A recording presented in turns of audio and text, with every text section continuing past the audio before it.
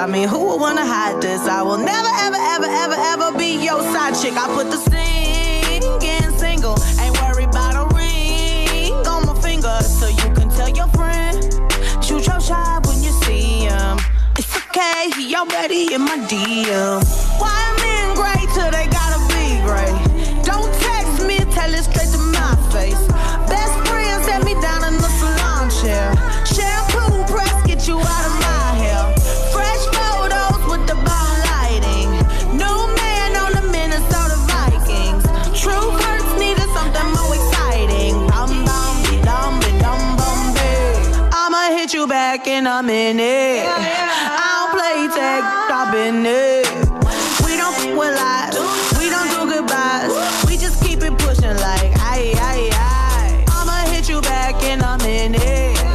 I don't play tag, stop in it. We don't f with lies, we don't do goodbyes. We just keep it pushing like aye aye aye. Wild men great till they gotta be great. Don't text me, tell it straight to my face.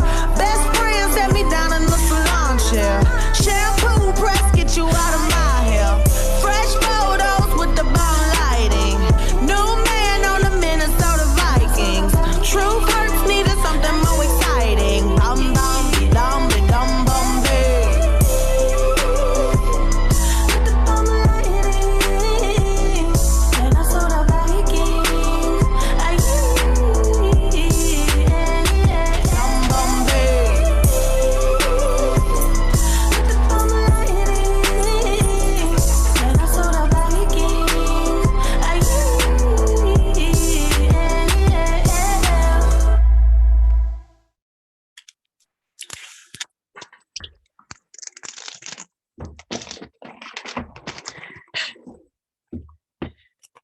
Whereas genetic counseling is the process of helping people understand and adapt to medical, psychological, and familial implications of genetic contributions to disease.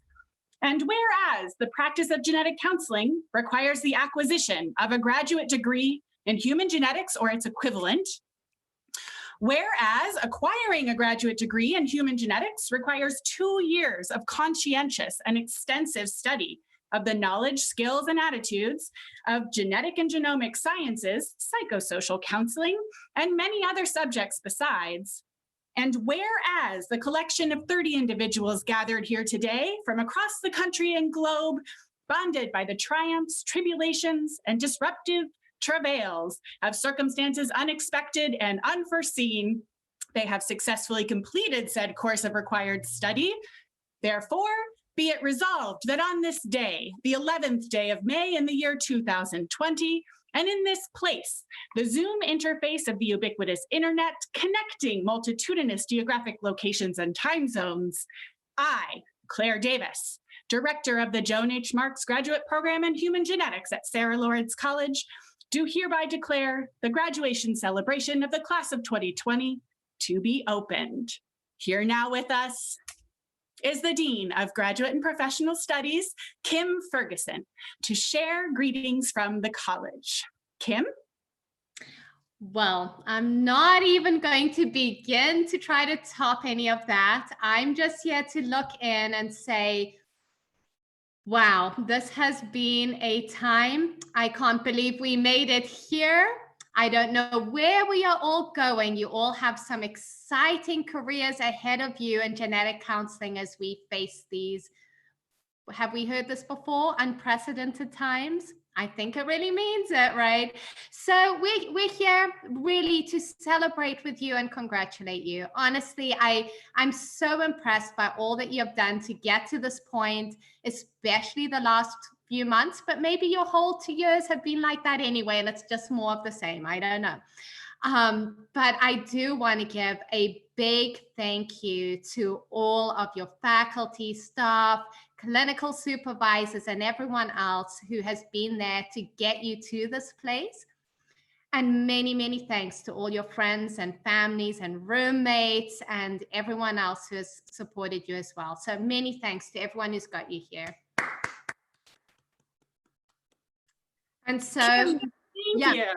a toast to all of you. Congratulations. Thank you so much, Kim. I certainly join you in congratulating this class of graduates and welcoming all those who have tuned in to celebrate with us, distinguished faculty and supervisors, as well as our beloved family and friends. We're delighted to mark this occasion with you wherever you may be. I'd just like to start off with a few comments, my address to our graduating class here. I happen to have noticed that graduation speeches include, nearly without fail, prescient quotes by famous people. So I searched, and unsurprisingly, Carl Rogers obliged me with the following. When I look at the world, I'm pessimistic, but when I look at people, I'm optimistic. These are indeed unusual times, to be sure. Testing our mettle, straining our relationships, putting the future in suspended animation. Circumstances swiftly change and seem so uncertain that we may feel out of our depth, spiraling beyond the bounds of what we can fully cope with or adapt to. That may be what we see when we look at the world. But today is different. We look to you, our graduates, the newest members of our esteemed profession, to remind us of the optimism justified by your impressive accomplishments. Navigating these 2 years of training with determination, resilience, and humor, forging strong connections to each other, to your supervisors and instructors, your patients, and many others besides. Setting your sights on tomorrow, making plans upon plans, lists upon lists about the dreams that will help you to realize a career helping others. Instead of shrinking from mounting confusion and extra effort this past semester, you persisted with your education. You volunteered to help others learn. I imagine Carl Rogers would look fondly on this. As he said, the facts are always friendly. Every bit of evidence one can acquire in any area leads us that much closer to what is true. Now, you sought the facts yourself, and then you shared them with others, bringing us all closer to what's true, that there's hope and promise in all of our tomorrows. And I wonder, what's true to you now when you look at each other, when you look back on the last few years? Your education and the relationships you've built have prepared you, not only for graduation, but more so for what comes next, the captivating, challenging work of a professional career in genetic counseling. Here you are, right on the cusp of new pursuits driven by your own interests. Off you go around the world to new roles and responsibilities, new encounters and coworkers and clients. Off you go to seek answers to lingering questions about the work that you want to do, the kind of professional that you want to become. Off you go to pass your boards, start new services, engage with the flowing, moving, altering problems and facts of the future. We look forward with immense optimism to seeing and hearing all that you'll do in this world. And with that, I'd like to launch us into our program today. And we will start by passing the proverbial microphone to Chantal Duteau-Buck, who will introduce our keynote speaker.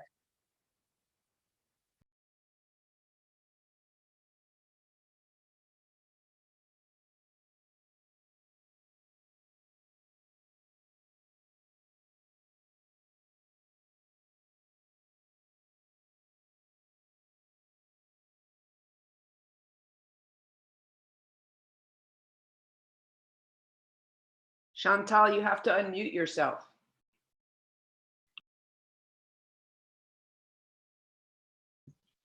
Thanks, Laura. Minor detail.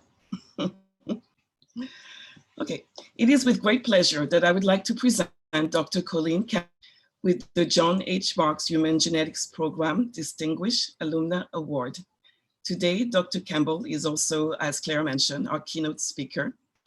Dr. Campbell graduated from the Sarah Lawrence Human Genetics Program in 2003. She then returned to her home state in Iowa to complete her PhD in molecular genetics. Presently, Dr. Campbell works at the University of Iowa Department of Internal Medicine and is a clinical assistant professor in internal medicine. She's the director of genetics counseling operations for the University of Iowa Healthcare and the assistant director of the Iowa Institute of Human Genetics. The Iowa Institute of Human Genetics in particular focuses on precision medicine research, and on educational outreach to healthcare providers, patient, and the general public. As Assistant Director of Iowa Human Genetics, Dr. Campbell has been at the forefront of this process. Additionally, Dr. Campbell has been extensively involved in professional organization, working on lobbying for licensure at the state and federal level, on public policy, and most recently, as the Secretary-Treasurer-elect for the National Society of Genetic Counselors. As such, we are very excited to have Dr. Campbell with us today and present her with this award. Welcome, Colleen. Thank you, Chantal. And thank you, Claire, for the invitation to speak today. This is a huge honor for me. I think hopefully someday you guys will have the opportunity, or one of you at least will have the same opportunity. It's a real honor to be invited back to your alma mater to speak at graduation as well as for the award. Hopefully you're a lot warmer. I vividly remember 17 years ago sitting in a cold, damp tent on the lawn of campus at graduation, and it was pretty actually miserable. So hopefully you're a little warmer and cozier than we were then. This year, it's really an exceptional honor for me to join you. And I know that this wasn't what any of you were planning when you applied to Sarah Lawrence and got in and started your career. But it's really exceptionally meaningful to me because I was the class of 2003, as you just heard. That means I started school in September of 2001. And in fact, September 11th, 2001 was supposed to be the first day of our clinical rotations at Sarah Lawrence and in the city. However, the day before, on September 10th, our program directors decided that we were all a little too tired to actually give it a good first day because of all the things they had crammed into orientation. So on the afternoon of September 10th, they decided to postpone us starting our rotations a week. And obviously that was a very fateful decision for us.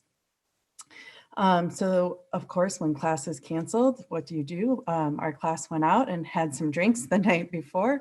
And we decided we would sleep in and then go down and kind of explore the city, do a little shopping. We were going to start at the World Trade Center to get a really good view of the city and then embark on our adventure. So luckily, we decided to sleep in. And the next morning, I got a call from a friend who was frantic. She was actually, I was awake, but still kind of in bed, and she was asking if I was okay. And that moment, the world changed for me and for my classmates in a very similar manner to the way your world has changed over the last 2 months. And I vividly remember the next morning, September 12th, we had embryology at 9 a.m. with Dr. Elsa Greet. And she took roll and then just immediately started lecturing. And looking back, I have no idea how she made it through that lecture. But at the time, my classmates and I were really appalled. We were looking around just kind of flabbergasted, thinking and asking, like, isn't anyone going to ask us how we're doing? Which they did later on in the day. But at 9 a.m., we were all pretty shell-shocked.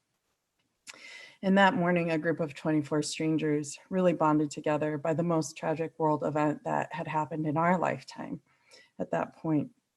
And we experienced many of the same feelings you guys have probably experienced in the last 2 months. We were afraid. There was a lot of uncertainty and confusion, grief, but yet we were also excited because we had worked really hard to get to Sarah Lawrence, and we were just embarking on that adventure, similar to how you guys have worked really hard over the last 2 years and are just embarking on your next achievements.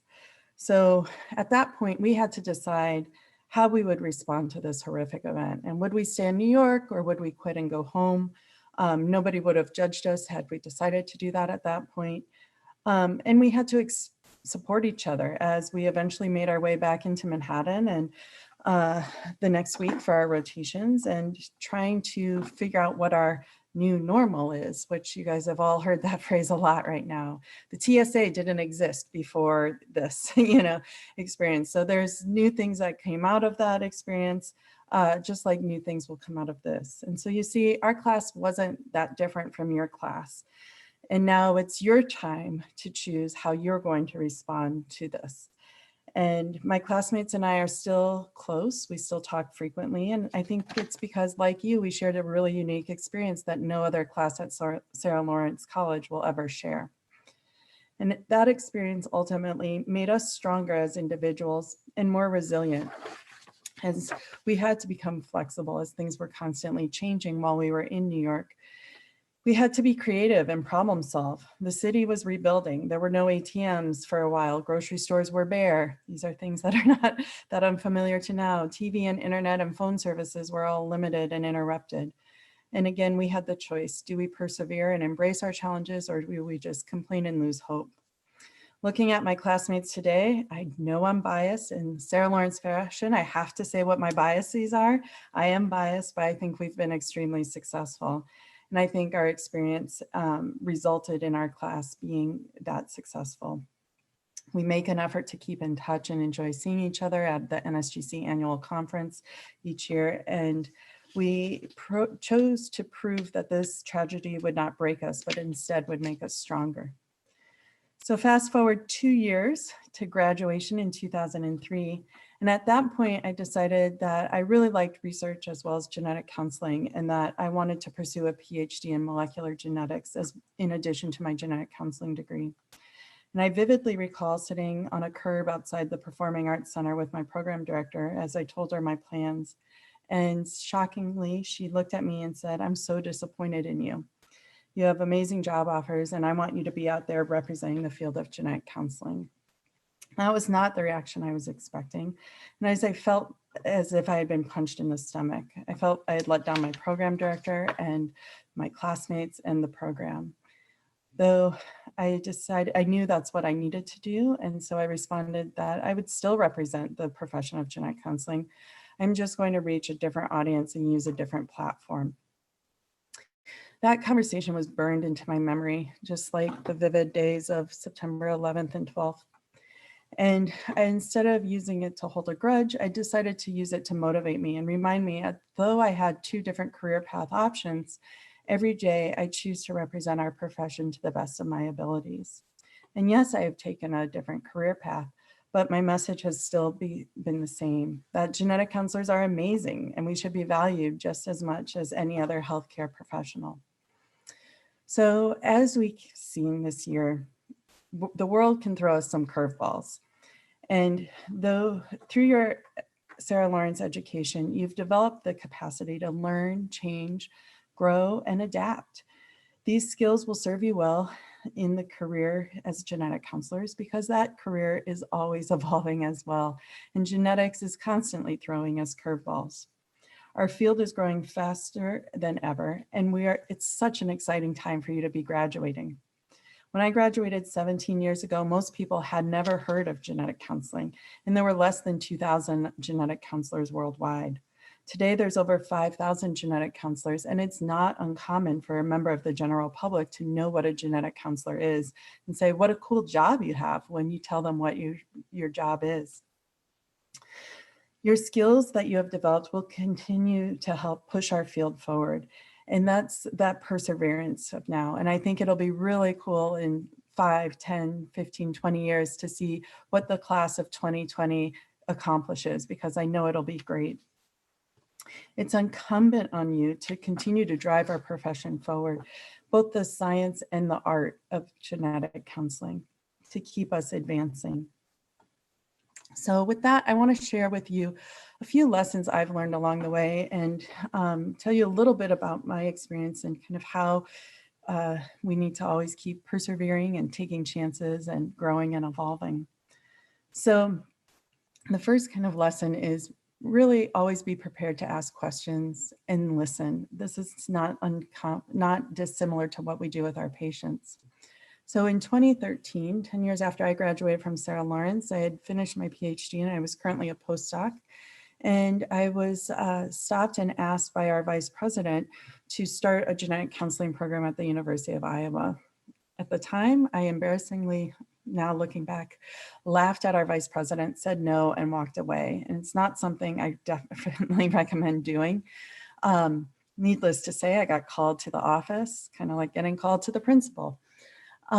He was not used to being told no, but I went in armed with data and clear, concise points, a lot of skills I had developed at Sarah Lawrence, and explained the shortage of genetic counselors nationwide. But even though there was that shortage, Iowa was amongst the lowest in the nation. We were really at the bottom. So I didn't want to start a program. And personally, I didn't want to start a program that wouldn't be to the caliber of Sarah Lawrence. There were only 5 genetic counselors, including myself, and I was a postdoc in the entire state. So the vice president understood and asked me to report back on why there was a shortage in Iowa. And over the next 9 months, I met with geneticists and genetic counselors across the nation, asked questions, listened and learned, and postulated solutions. At one point, I was speaking to a physician from Seattle, and I explained that I thought there should be a division or department of genetic counseling at our hospital. And his response was, "So you really think genetic counselors deserve a seat at the table?" And I simply replied, yes. At my institution, there are divisions and departments for similar providers, such as physician assistants and audiologists and physical therapists. And so, yes, genetic counselors should have a seat at the table and have their own division or department.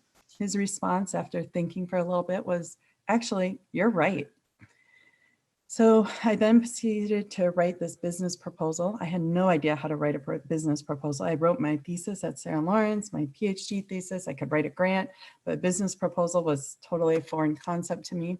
So I found a friend, definitely pulling on that skill of it takes a team and rely on your colleagues. And set off, he taught me what the components were of a business proposal, and I set off writing. I presented the proposal to our vice president, our dean, and the CEO of our hospital 11 months after the initial requests. And a few months later, with $8 million and marching orders to implement the proposal, I began to revamp genetic counseling for the University of Iowa in our state. So through that process, I learned a lot. I strongly believe our genetic counseling skills and the ability to adapt and apply our knowledge and problem solving to new topics are the key to our success. When I started to revamp genetic counseling for the state, I had no idea or interest in business, public policy, or law. And however, over the last few years, I spent a significant amount of time dealing with people from all of those areas. One aspect of the business proposal was to obtain licensure for genetic counselors in Iowa, which you just heard about. And this is where I can say I really encourage you to take chances.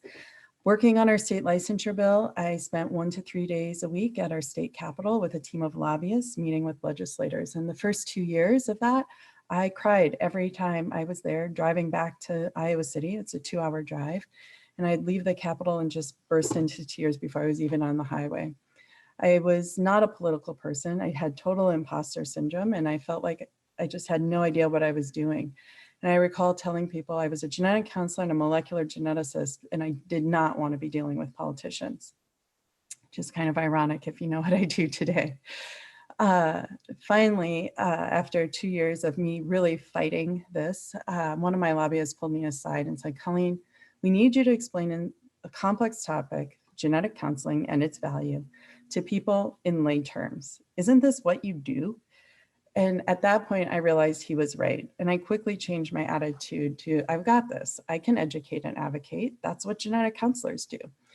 I heavily relied on my psychosocial skills to really understand the fears and concerns of legislators and address those, and not in a way that was any different than dealing with patients. And within a year, the bill quickly passed 99-1 in the House and 49-1 in the Senate.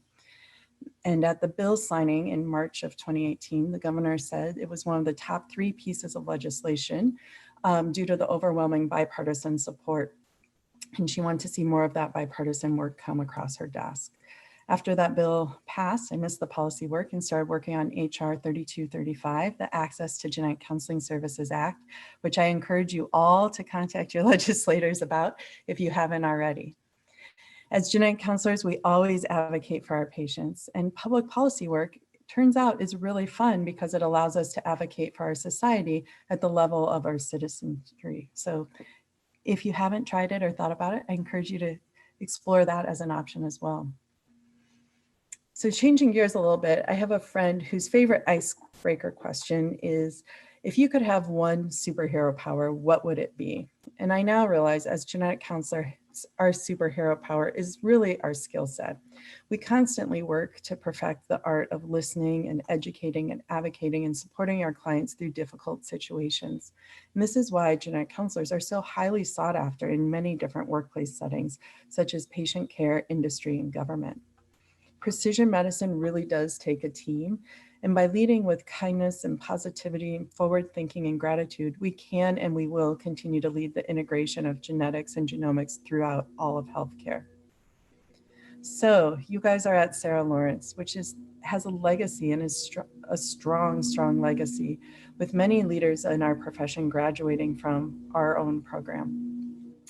The number of leaders that have come out of here in NSGC, ABGC, ACGC, and all the rest of the alphabet soup is incredible and second to none. They too have faced challenges. They too have chosen to rise from the challenges and lead our profession. And I challenge you to think now and every day, month, and year in the future to choose to be successful, to choose to let the unique challenges your class faced push you to be even better and more successful than you thought you could be. I hope you too will choose to live up to the Sarah Lawrence legacy, start new clinics, start new specialties, apply our skill set in a new way that we haven't even thought of yet, lead graduate programs, lead in research, and lead one of our professional societies. I also encourage you to think about what you want to be known for. I tell all my genetic counselors at the University of Iowa that I don't care what your interest is, but you have to have a second interest. I want you to be known as Carl Cran, the genetic counselor specializing in, let's say, prenatal and something else. In all careers, you're going to have good days and bad days, and this is no different in genetic counseling. You need your and, so that on the days when you have to give bad news or you're tired of fighting an insurance company, you can take a breath and work on your and. Last year, for example, one of our genetic counselors moved and we were down a person on our prenatal team. Kendra Shaw was on the team and had just become the NSGC Access and Service Delivery Committee incoming vice chair. It's a mouthful. I spoke to Kendra just to check in on how she was doing and explain if she had too much on her plate, it was okay to step back from her NSGC volunteer role. She said no, it was her and even though she was swamped at work, she really looked forward to and needed the Access and Service Delivery Committee calls. She explained that talking to genetic counselors around the nation invigorated her and helped her keep going on days when she felt overwhelmed at work. So with that, I encourage you to think about giving back to the profession as well. First thing you can do is volunteer to serve as a mentor or clinical supervisor to other students. We desperately need more clinical supervisors nationwide. And regardless of what your specialty is, you can do this with remote supervision, a lot of different ways, and lab rotations. You guys have experienced all these different types of learning. And that would be an amazing way to start giving back and paying it forward as well. And then you can also volunteer in one of our many fantastic organizations. I had been out of the field of genetic counseling for a while I worked on my PhD, 7 years. And my former mentor and fellow Sarah Lawrence alum, Joy Larson-Heidley, called me one day out of the blue and asked me to chair the NSGC Access and Service Delivery Committee. I wasn't sure. I actually considered saying no. Once again, not a good trait. I have changed that. I now say yes, probably too much, but that's okay. I'm working on finding that balance. But Joy thought I would be a good fit as the committee activities were really aligned with the work I was doing at the University of Iowa to revamp genetic counseling. We were rebuilding EPICs specific for genetic counselors. We were redoing billing, licensure, all these things. So with some coaxing, I eventually agreed to be that committee vice chair and later chair, though I was really honestly very nervous about going back because I had been out of the profession for a little while. But it was truly an amazing experience and everyone welcomed me with open arms. And I loved being on the calls with genetic counselors from across the country and listening and learning from them. And when my term on that committee was over, I found myself longing for more work and with that NSGC connection and to the connection of the genetic counselors nationwide. And so I then started volunteering on the Public Policy Committee and, like you heard now, Secretary Treasurer-elect for the National Society of Genetic Counselors. And I've really been impressed by all the work that NSGC actually produces. There's a lot of people you'll learn, there's a lot of committees in life, there's a lot of work, but what actually comes out of this is kind of hit or miss. But NSGC truly has done a lot, and they produce a lot in a very short amount of time, thanks to their effort, all of the work by their volunteers.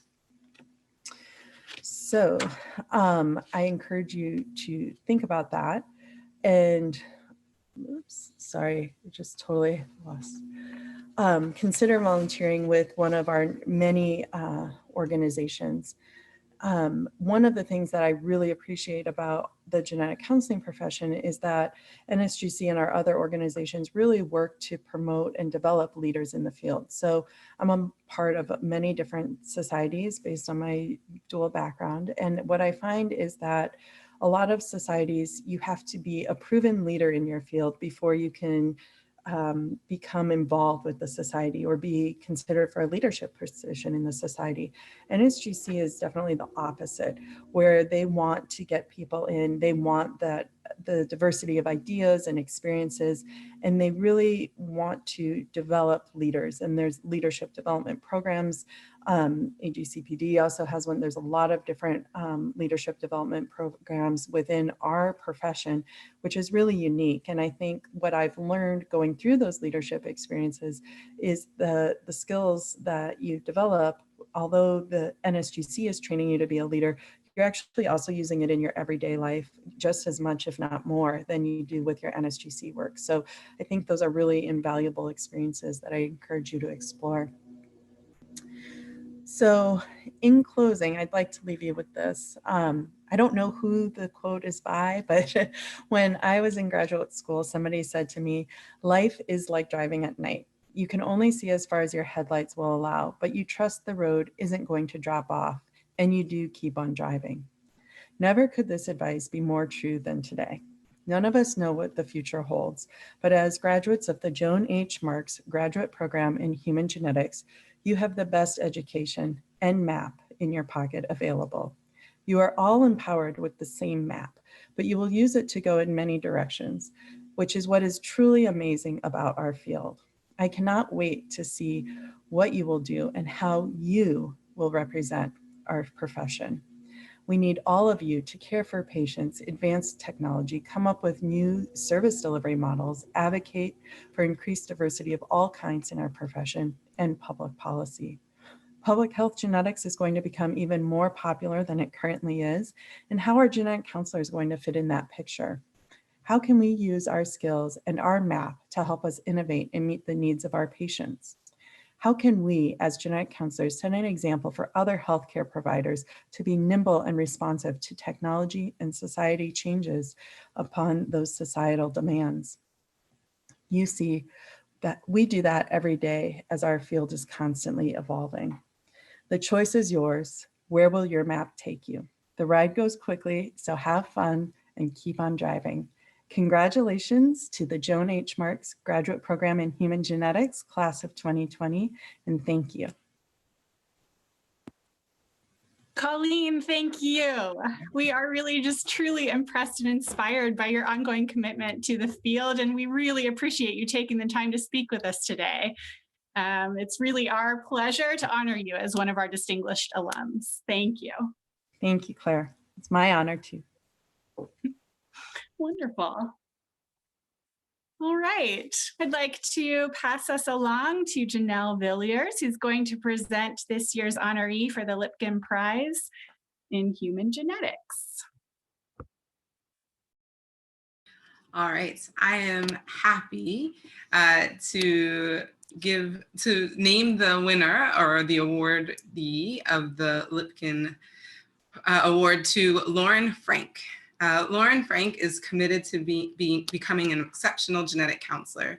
She works diligently, is determined to complete each task thoroughly, and also responds to emerging challenges with grace and optimism, as shown by her recent dealings with random fallouts from the current pandemic.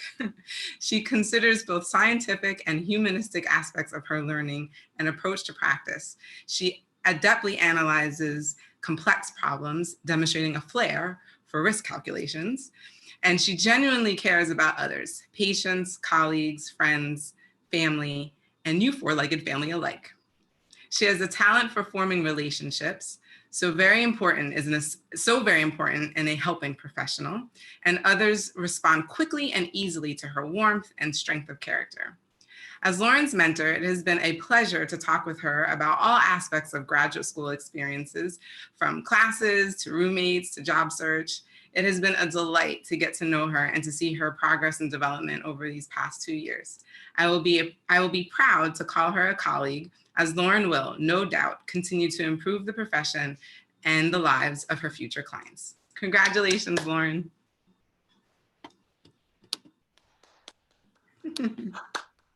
That's exactly right. Yes, everyone, please join us either in your little emoticons or by unmuting to celebrate Lauren. Congratulations, Lauren. Congratulations, and thank you. Lauren. Thank you. Congratulations. Thank you. I don't know if you want me to say anything, but I was really honored to hear that I received this award. As you all know, but maybe others don't know, this has been a dream of mine to be a genetic counselor since high school. Fun fact, my aunt's actually a genetic counselor, so shout out to you who watching from California. Really got me interested in this profession, and it's been something I've been passionate about and so eager to pursue this career, and I can't wait to join the profession and join the field, and I'm excited to see what we all can do in our careers. So thank you. And thank you. We're all excited to see what all of you can do too. Congratulations, Lauren. Well deserved. Wonderful. And now we have Erin Ash presenting our Exceptional Commitment to Teaching Award. Okay, can everyone hear? I wanted to just do a sound check. Okay, excellent. So it's my honor to present the 2020 Exceptional Commitment to Teaching Award to Katie Gallagher. And when I began thinking about what I would say when presenting, the phrase, "the student becomes the master," came to mind. I've had the honor of witnessing Katie's career from her first days at Sarah Lawrence College. I remember her sitting in the basement room at Wrexham, front row, third seat over from the left, and just looking and watching at her even from that first semester, and just getting this feeling like this is a student who is really coming into her own. I observed as she blossomed both as a genetic counselor and as a person. But truly, Katie has been a teacher from the very beginning, even when she was a student. Her thesis group developed and presented the first LGBTQ cultural competency workshop, something that's become integral to our curriculum. And her group received the 2015 Best Poster Award at NSGC that year. And that was not the Best Student Poster Award, that was the Best Poster Award. She has been a supervisor since 2017. She has taught biochems from 2017 through 2019. And in January of this year, she began teaching the clinical pediatrics course. In talking with students, they describe her as an inspirational genetic counselor, a superstar, and I think one great quote is, "It's like dessert with veggies stuck in them. So much great information and you don't even realize how much you are learning until way afterwards." Katie, you are truly an inspiration to the students who are learning from you. You're an inspiration to me. I have, as I said, had the chance to witness just who you are and how you've grown, and you are an amazing, amazing genetic counselor. And I am so proud to be able to offer this award to you. Thank you. Thank you, Erin. Thank you all very much, to Claire and the faculty, to all the students who've been in clinics with me, who've the first years for working through the first year of teaching pediatric genetics with me, and of course to the entire graduating class who learned more about metabolic disorders than they probably ever cared to with me. So thank you all very much. You've all contributed to my learning of what it means to be a teacher. And it's been a privilege to be part of your journey to get here today. And to get back to you guys, it means today that you are all really officially genetic counselors by being here today. And I know that statement might still feel kind of foreign to you. It kind of probably feels as foreign as me being called the distinguished teacher. And I have to let you know that sort of when I was first approached to do teaching at Sarah Lawrence, I had this little voice in my head that said, you don't know how to do this. You don't know how to teach others to be a genetic counselor. Do you even know what a fatty acid oxidation defect is? That's what I heard in my head. And I imagine that many of you are sort of feeling a similar voice today, asking if you're ready. I heard it the day I was graduating, and I've sort of heard it every day since, with the volume going up and down throughout the years. And that voice has the ability, like Colleen stated, to kind of convince you that you're an imposter, whether it's posing as a GC or a teacher or a mentor, and you're just sort of waiting to be called out for not really knowing what you're doing. I promise you, you will all feel that at some point or another. And this award kind of marks for me that that voice is really just in my head. It doesn't reflect reality, and it doesn't necessarily reflect my abilities.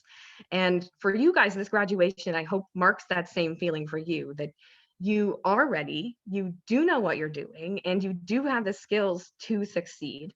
And I'll tell you that when the voice inevitably comes back or is already there, I hope that you have the power and the courage to reject it and to not let it stop you from saying yes to opportunities.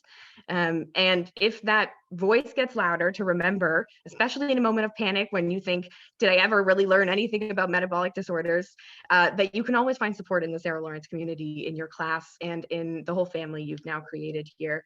And I wish you all the best of luck, and thank you all very much for this recognition. It's makes me feel very good about all the work that I put into this, and hopefully I will get to work with all of you again in the future. So thank you.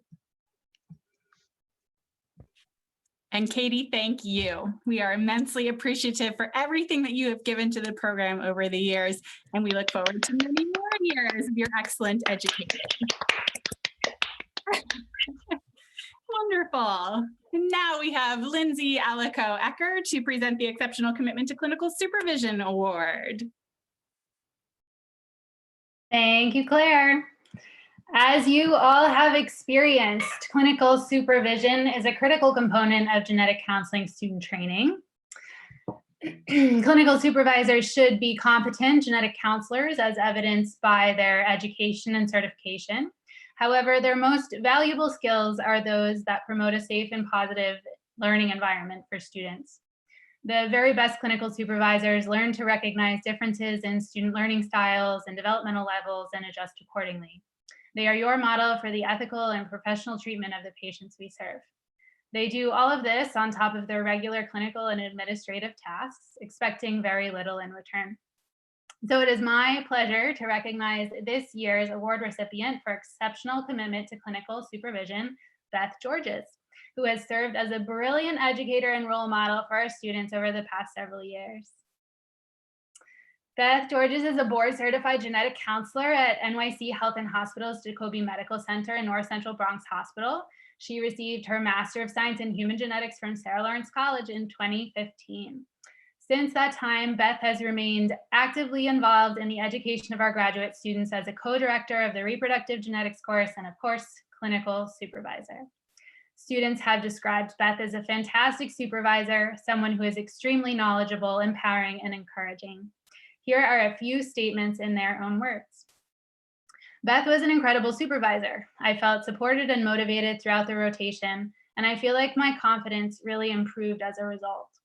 She set clear expectations about the rotation and my role, and she allowed me to take on responsibilities early on.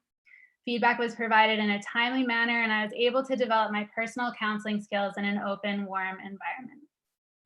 Beth uses every moment as a learning opportunity and went above and beyond to make sure I fully understood everything and anything that was happening in clinic. I cannot say enough positive things about Beth. And finally, Beth's rotation was the most positive clinical experience I had in New York as a student. So with that, please join me in congratulating Beth Georges for her award, Exceptional Commitment to Clinical Supervision. Thank you, Lindsay, for a lovely introduction. I'm so honored and so delighted to accept this award today. It's actually kind of surreal. I would really like to thank all of my students who are all wonderful and amazing. And I'd like to thank the amazing supportive faculty here in the genetics program. As some of you might know, my kind of entree into clinical supervision was somewhat unintentional at first. It happened because I started my current position in the middle of a poor, unsuspecting second year's fall rotation. And in fact, at that point, she knew far more about my clinic than I did. And so, like Katie, I had the voice in the back of my head saying, "You just graduated. What do you know? How can you do this?" And in fact, in that first year, this particular student and all my other students in that year were very generous with me in their patience and their resilience as we kind of learned how to do this thing of clinical supervision together. And with the guidance of the faculty here at Sarah Lawrence, especially from Claire and Lindsay in recent years, as well as really valued peer supervision and mentorship in my clinic, I learned how deeply gratifying clinical supervision can be.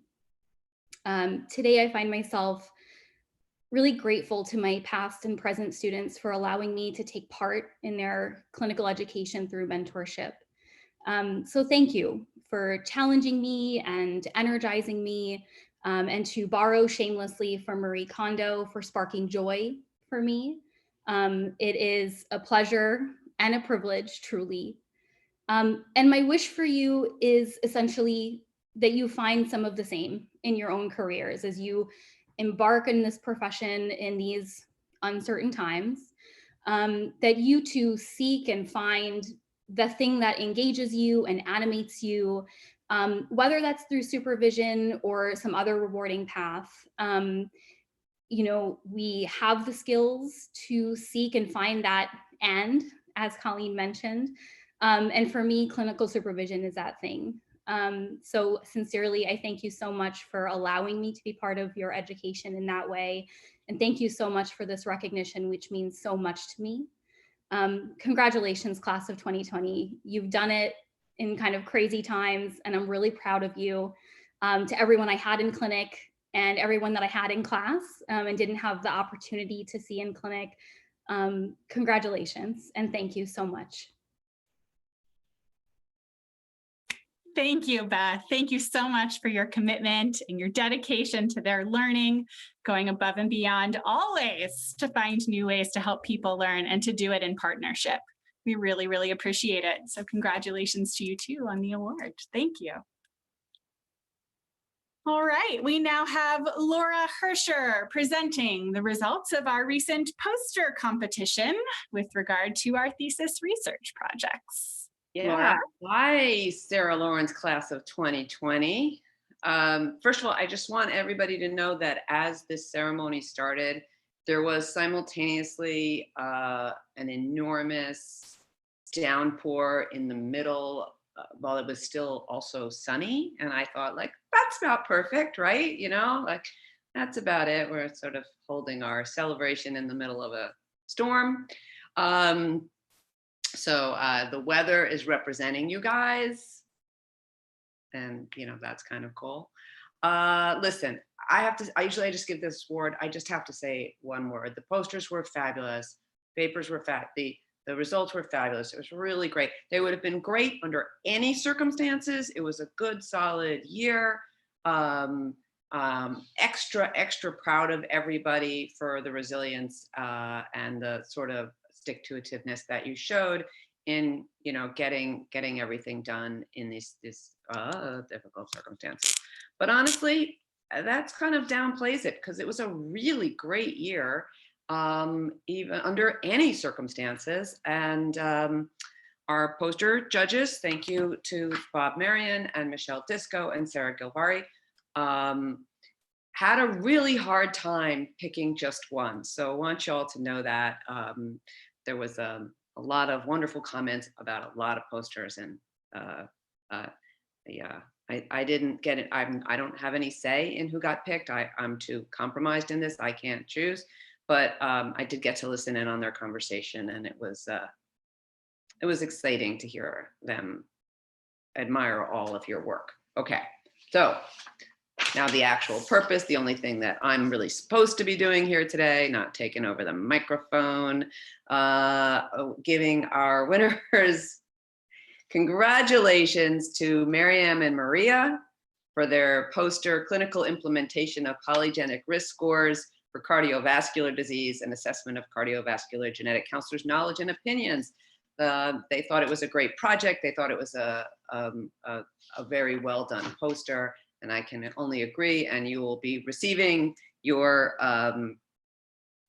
gift cards in the mail. Congratulations, wonderful, wonderful job. All of you, but especially to Miriam and Maria. Nicely done. Congrats to all and to Miriam and Maria for an excellent poster and research. Very, very nice. All right. We are at the point in our process called Presentation of the Graduates, and we're going to play a little game this year, so I hope you're all ready. Essentially, we have here descriptions of each one of you in randomized order. And I'd like to make this a little bit interactive if we could. So here are your options. I'll be reading the description. As I'm reading it, if you think you know who it is, you can type their name into the chat box. If you type their name, the correct name, once I reveal it, into the chat, and you are correct, you get a point. And at the end, we're going to find out who has the most points. Maybe for a prize, but only if you document the correct choice. Any questions? I'm keeping an eye out on our chat here. Anybody? Any questions? All right. Well, then let's play Presentation of the Graduates. She has a flair for honesty, yet always keeps things upbeat and positive. She's caring, thoughtful, always willing to help out whenever she can, making any situation easier and more enjoyable, especially social events that bring people together in sometimes awkward circumstances. You feel immediately comfortable around her as she's so warm and welcoming, inclusive, and supportive. Oh, see, this is really interesting. You guys are going to see all the similar traits here. But in this particular case, a kudos goes to Giovanni Cuevas. Congratulations on earning your master's degree. This person, Joe, do you want to say anything? Thank you so much. I really appreciate it. It's been our pleasure. All right. Next, this person is the definition of still waters run deep. She is modest and unassuming, and we all enjoy being around her compassionate, calm, quiet nature. She's a wonderful teacher, authentically committing herself to others' learning. She's deeply committed to others' well-being as well, and shares her truth carefully and in service to the group good. Oh, we've got a lot of winners. Tiana Gerges, what a gem you are. Thank you for all that you have given to the program. Well, thank you guys. Very nice. All right. Determined, thoughtful, caring, kind, creative, and bold. She's always willing to share thoughts, perspectives, and opinions, take on new experiences, speak her mind, and share recommendations for crafts. She's just lovely to talk with. She truly demonstrates the SLC-GC spirit, collaborating events between students and providing us all with fond memories. She gives solid advice and is able to offer great explanations and feedback, making her an amazing leader and supervisor. Whoa, see, this is interesting. I can see why you would say that. But in this particular case, congratulations goes to Lauren Ashley Frank. Now you see it, right? Now you see it. My mom was pointing at me. That's right. See, moms always know. Good job, Mom. Mom gets a point. Thank you. The next graduate is a perpetual trailblazer, always coming at things from a unique perspective. Kind, funny, insightful, and authentic. He takes the time to ask you good questions and really understand your answers. He's wonderfully genuine and supportive, always constructive in his feedback, down to earth and easy to talk to. He has a calm, wise presence that makes everyone want to seek his input. Lots of points here. Carl Nathan Cron, while it's super tragic to see you, Guys, we thank wish you. you all the best. Appreciate it. Very nice. Oh, what was that? Did I miss it? Okay. The next graduate is approachable, chill, and funny. Just overall good vibes, as somebody put it.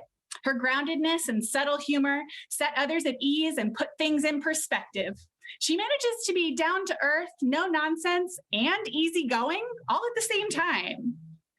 Oh, this is so funny. In this particular instance, I'm speaking of Lauren Elizabeth Costanton. We celebrate you and all of your good work. Congratulations. Thank you.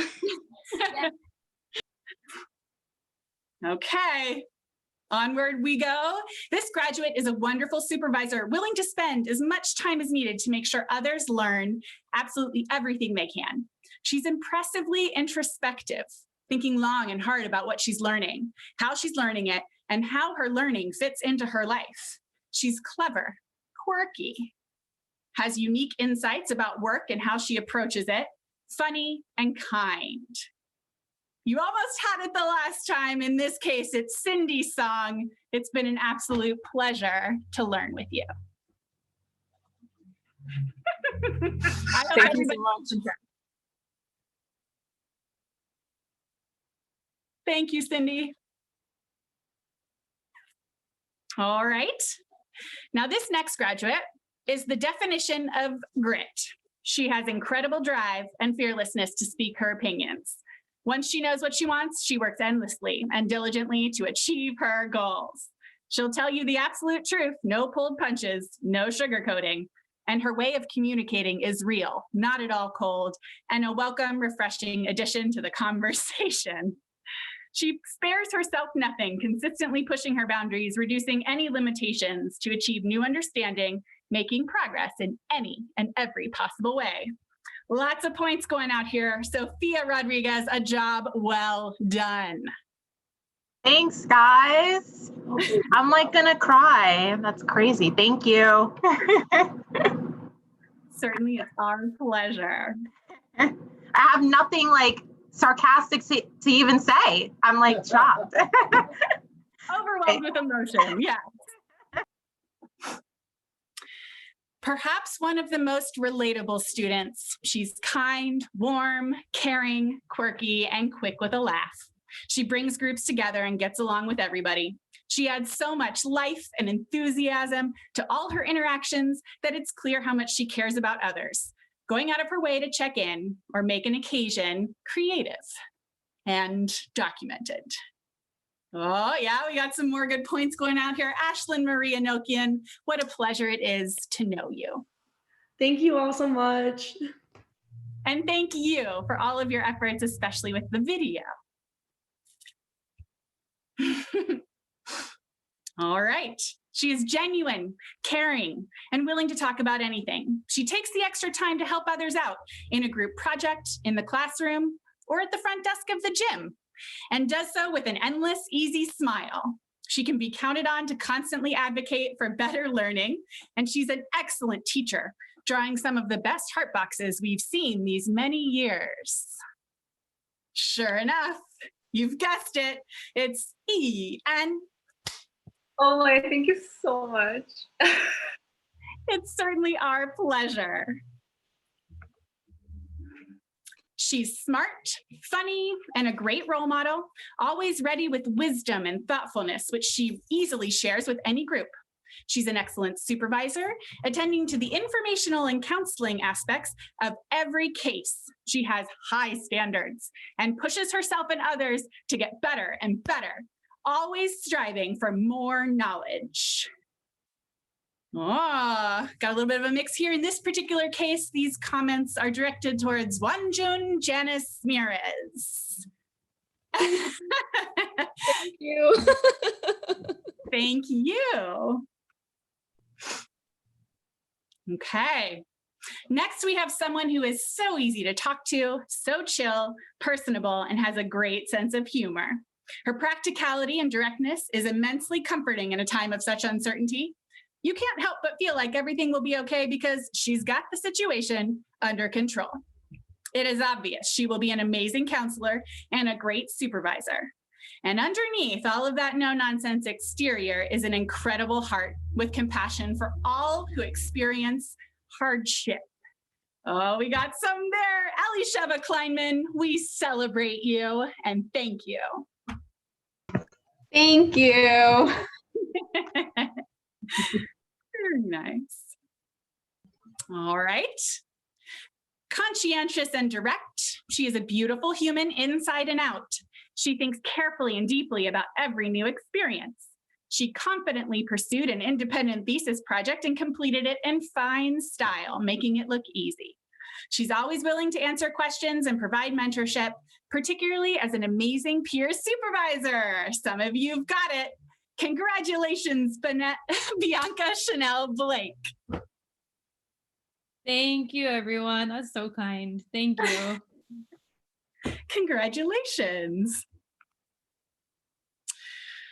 Our next graduate is sharp as a tack and always ready to engage in conversation, debate, or discussion, which is always enjoyable because of how she invites you to explore new ideas and perspectives. She has a voice that you could listen to for hours and a present that makes you want to listen to every word she says. Thank goodness she uses these powers for good, to educate others and always continue learning herself. That's right, you've got it. It's Kira Deneen, of course. Hey, thank you. No, thank you. The next graduate is so understanding and a great listener, taking the time to check in and see how others are doing. It's immediately evident how selfless she is, how hard she works. She takes things in stride and is strong, tenacious, and a fantastic mom and friend. She keeps to strong principles and is the ophthalmology guru. Kara Ann Williams, oh, the places you will go. Hi, Olive. Hi. Thank you. Congratulations. Thank you.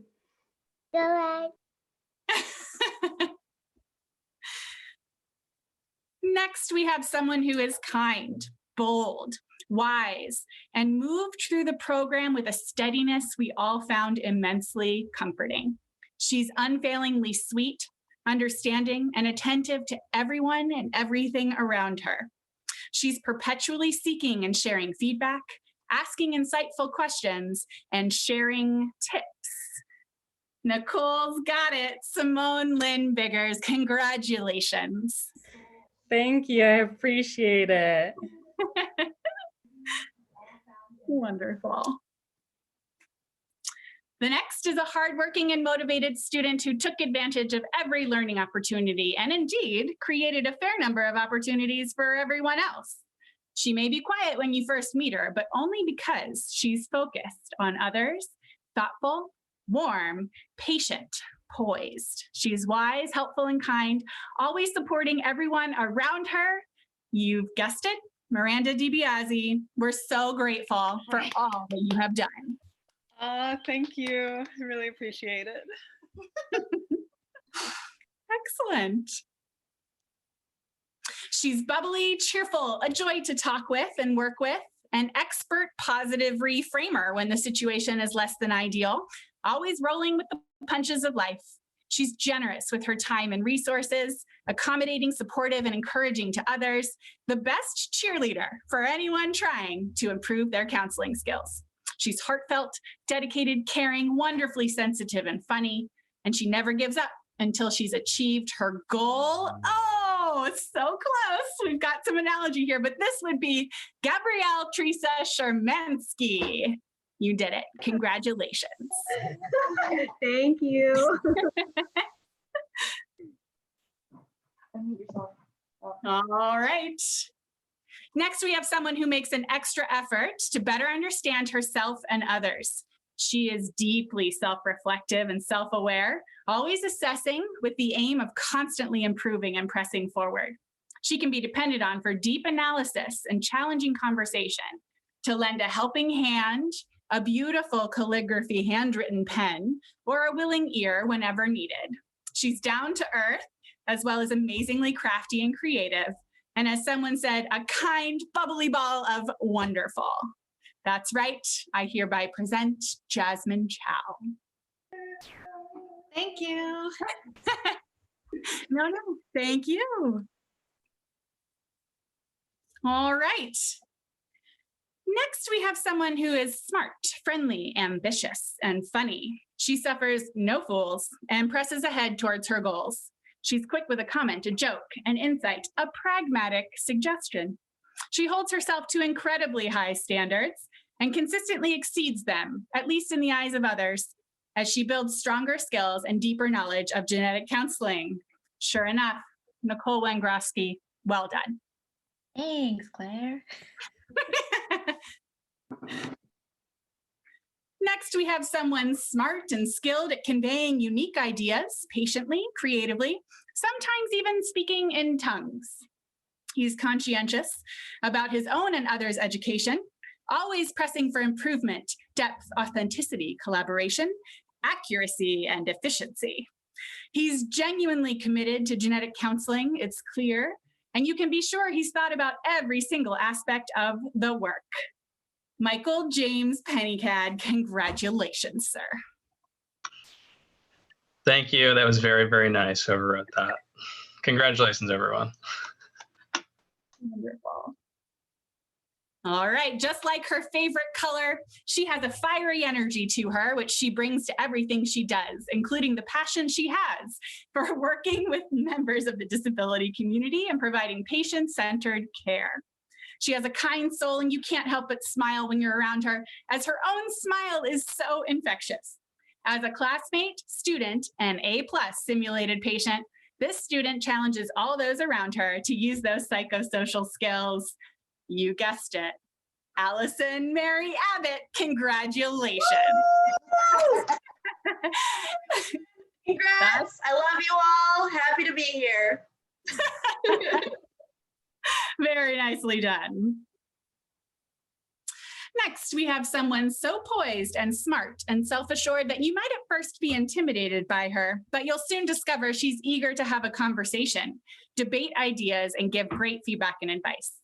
She's determined to push through every single challenge and won't stop until she's learned all there is to know, grasped the data precisely and exactly. With no small amount of sharp wit, she keeps us on our toes through clear-sighted and rigorous discussion. In this case, it's Mariam Nazir. Thank you so much for all that you've contributed to the program. Thank you. All right. She's not afraid to take a deep dive into the complexities and nuances of relationships and dynamics among people. With a quick wit and a sharp intellect, she keeps it real and real funny. Her enthusiasm is contagious, as is her advocacy for principled action. She will help you, and right now. We got a few coming in here. In this case, it's Catherine Cecilia Mayo. Well done. Very well done indeed. Thank you. I love you all. Yeah, there we go. Nicole got that one. Next, we have someone who is a quiet anchor of understanding, immensely pleasant to be around, always ready with a quick hello and how are you, an easy smile. She's incredibly well read and maintains an openness to the depth and nuance of others' experiences and perspectives. She may not be the first to offer an opinion, yet when she does, her thoughts are insightful, targeted to highlighting new truths and connections. Oh, see, you're starting to see some analogy here. Bianca Hazer, it's been such a pleasure to have you with us. Thank you. Okay. Whoops. 1 second here. This graduate set herself the goal of growing professionally, particularly in her ability to connect with and provide psychosocial support to patients. She accomplished this goal over and over again in clinic, in her work with positive exposure and with fellow students. She exudes warmth and friendship, making her very approachable, encouraging, and easy to learn from. She's just a joy to be around, vivacious and exuberant. You've got it, Alejandra Cantu Villarreal. Thank you. Thank you, Claire. Great job on the name. Thank you so much. Practice. Nicely done, Ollie. Next, this graduate knows how to listen very well, one of her many all-around excellent counseling skills. She's confidently outspoken, fiercely intelligent, a relentless pursuer of new knowledge. She navigates complexity and confusion with a persistent, almost defiantly positive attitude. She says yes to every opportunity that comes her way, especially by going above and beyond to help her peers. Maria Van Norden, congratulations. Thank you.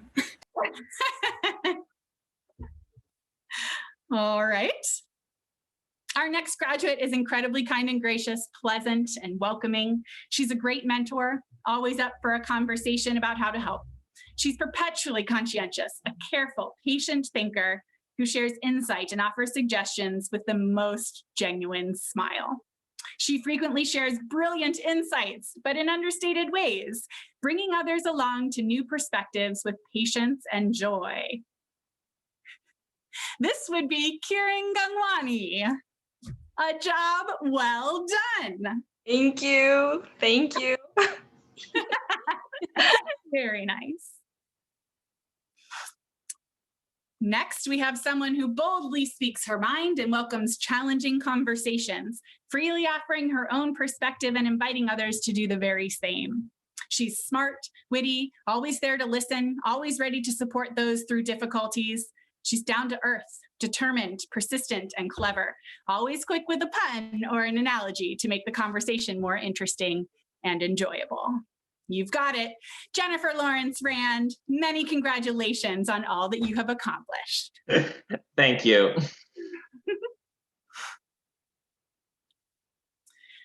Our next graduate quietly holds herself to very high standards. She works collaboratively to help everyone achieve their goals. She's diligent, caring, calm, supportive, and intensely perceptive. Somehow she seems to easily accept and value people's strengths and weaknesses alike. Genuine and kind, she's a warm classmate and a wonderful genetic counselor. Obvious one here, Caitlin Walsh. We celebrate you and your accomplishments. Now, for those of you keeping track, we've reached our final graduate. She has the perfect mix of fastidiously loving facts and caring about people. She's so easy to talk to, animated, eager, looking at the bright side of everything, clear in her stance, and a great listener. You can't help but soak up her genuine enthusiasm for the topic and the project at hand. That's right, Eliana Kahan, we thank you for all that you have given to us. Thanks, Claire. And that is our class of 2020, each an incredible individual, but collectively a force to be reckoned with. We thank you all and celebrate your accomplishments. And we now look forward to hearing from a few words from several of you. I now pass it over to Kieran and Tiana. Can we get everybody's mics off and a round of applause for the entire class of 2020 and for Claire for making this Zoom ceremony the most personal ceremony I've ever heard. Congrats to one and all. Very nice. Great to all of you.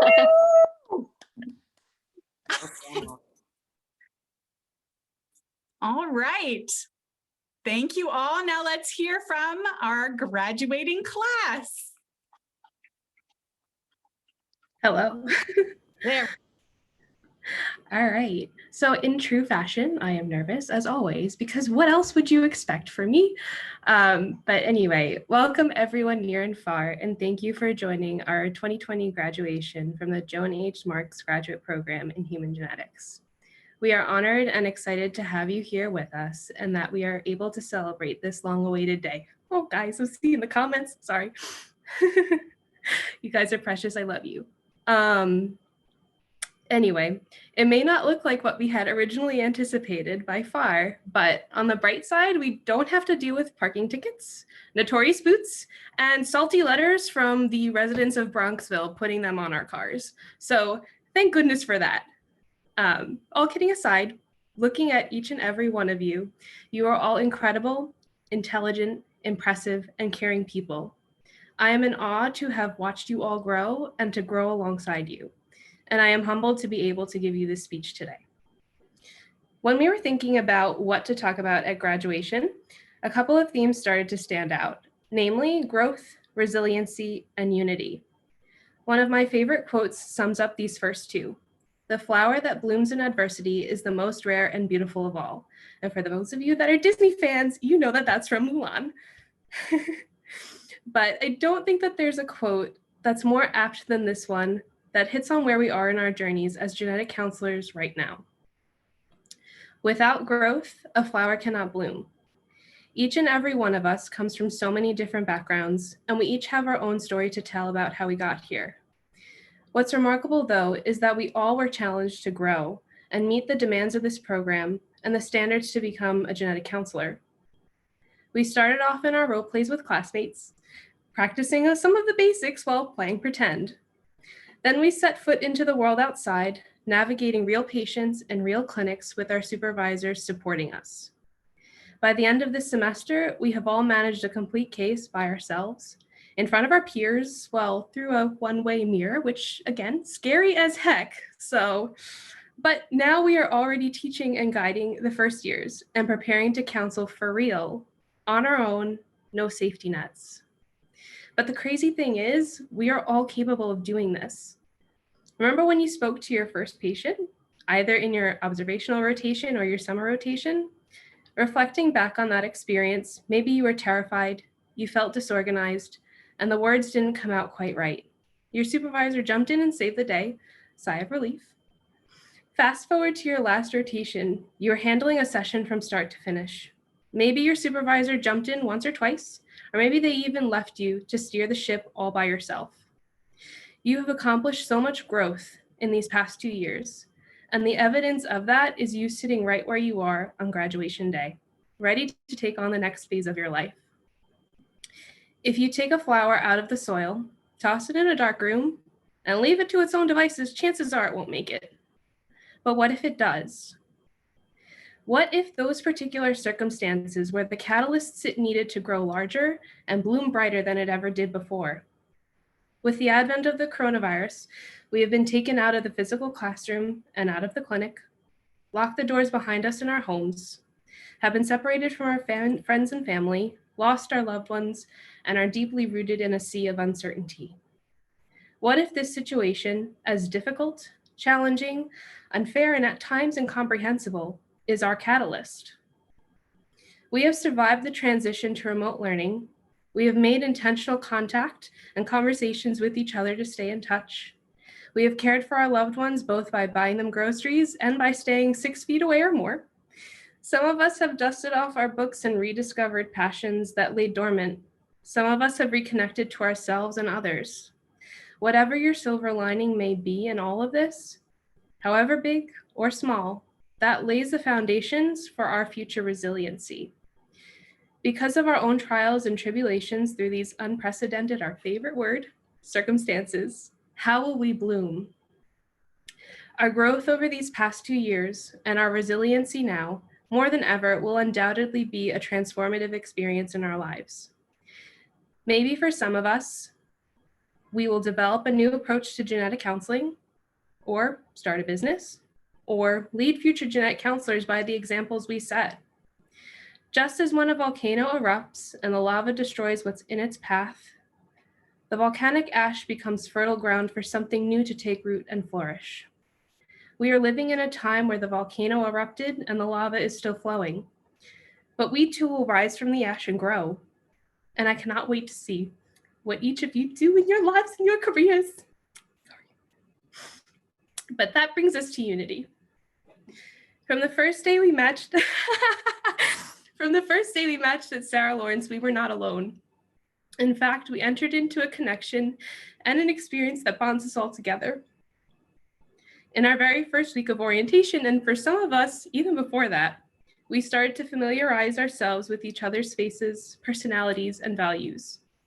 From sharing meals together to going head-to-head in a city scavenger hunt, from nights out in the city to the class celebrations, from the lectures in the classroom to the parties at NSGC, from supporting one another in our interviews to celebrating in engagements, future weddings, children, and fur babies. We have all been there for one another, and we have grown so close together.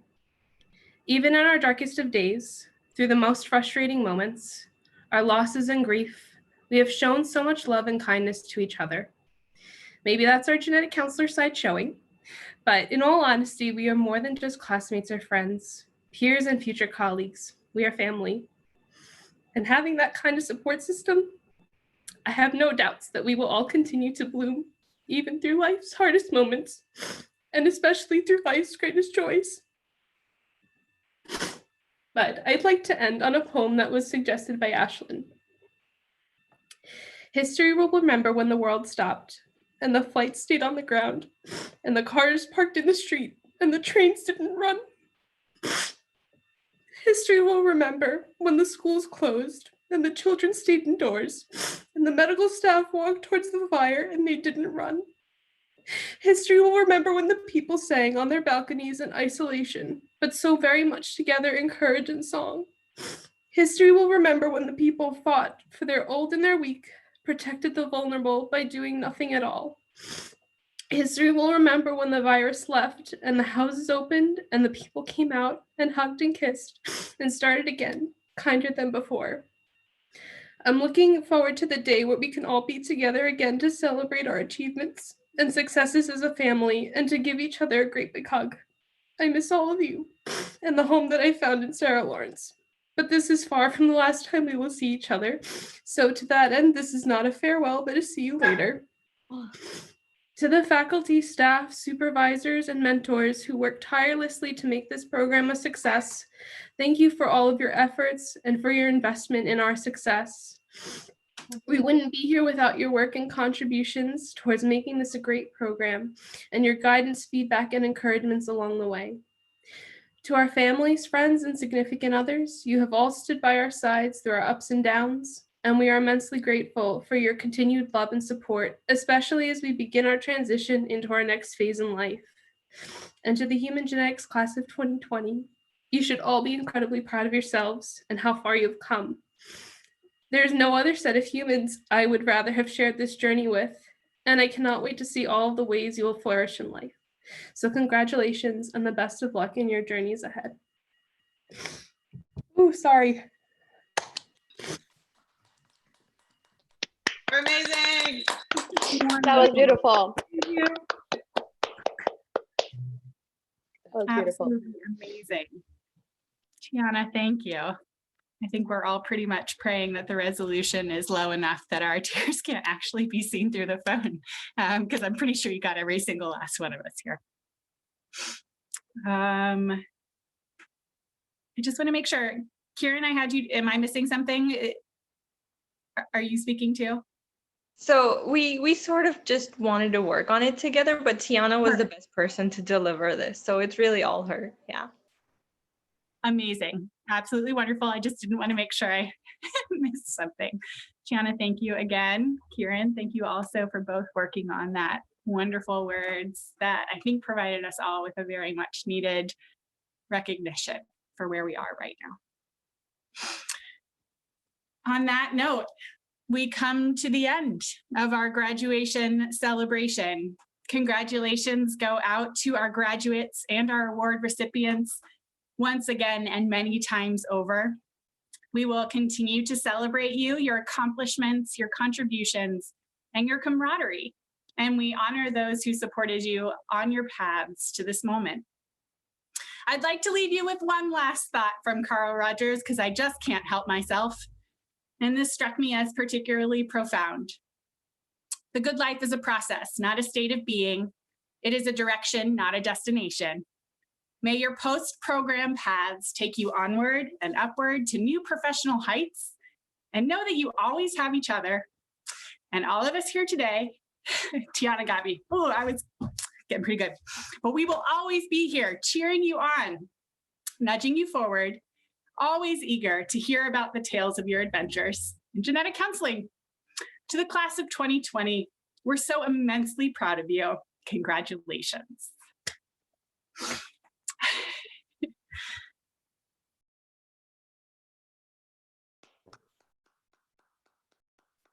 Thank you, Claire. Just one last comment. Of course, you see that we do have our school-wide graduation on Friday, and we'll have a Zoom meeting open just in case people want to mingle and do a little reception style after that too. And so it'd be lovely to see any and all of your faces then as well. Thank you again, and have a good rest of your evening. Bye. Thank you. Love you all. Bye, guys. Congratulations, everybody.